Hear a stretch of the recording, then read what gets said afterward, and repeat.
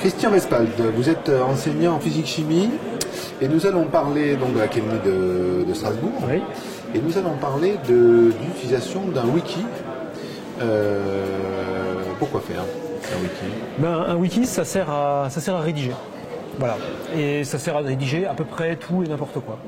Alors moi je l'utilise pour la rédaction de rapports de TP en chimie ou en physique. Ça peut s'utiliser aussi en lettres, en français. J'ai une collègue qui les utilise dans le cadre d'un atelier d'écriture. À partir du moment où les élèves ont quelque chose à rédiger, on peut utiliser un wiki. Alors pourquoi utiliser un wiki alors qu'on pourrait avoir un traitement de texte tout simplement? Et donc quel avantage, quelle fonctionnalité propose le wiki?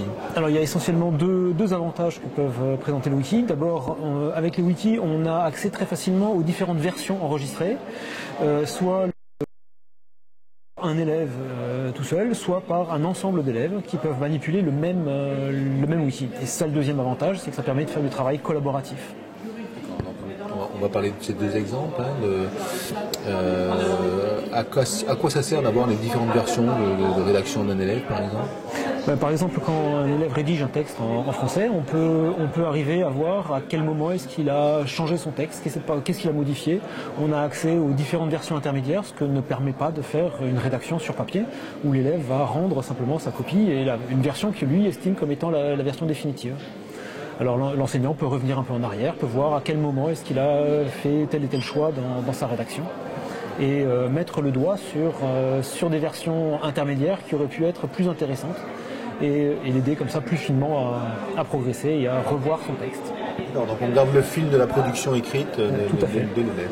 Ensuite, donc le côté collaboratif, qui est plus compliqué à mettre en œuvre. Un autre exemple? Alors en physique-chimie, moi je l'utilise pour les TP.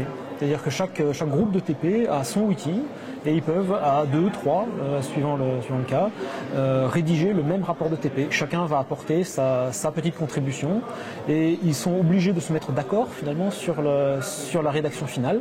Et ça peut donner lieu à des échanges qui sont beaucoup plus constructifs que si simplement un élève rédige son rapport de TP. Alors on attaque directement sur le wiki pour la production collaborative ou on passe par d'autres types d'outils qui permettent un peu de débrousser le terrain? Alors pour les rapports de TP en général il y a des documents qui sont liés au TP et puis ensuite uniquement le wiki.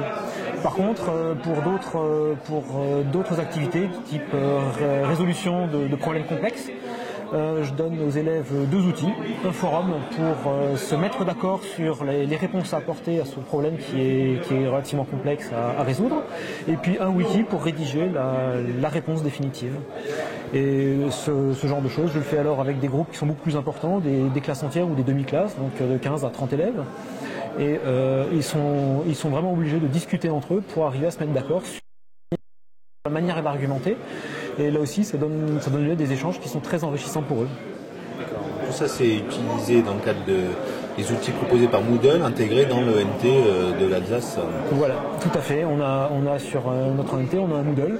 Et le wiki est un des outils de Moodle. Il y en a beaucoup d'autres, mais c'en est un qui est particulièrement intéressant.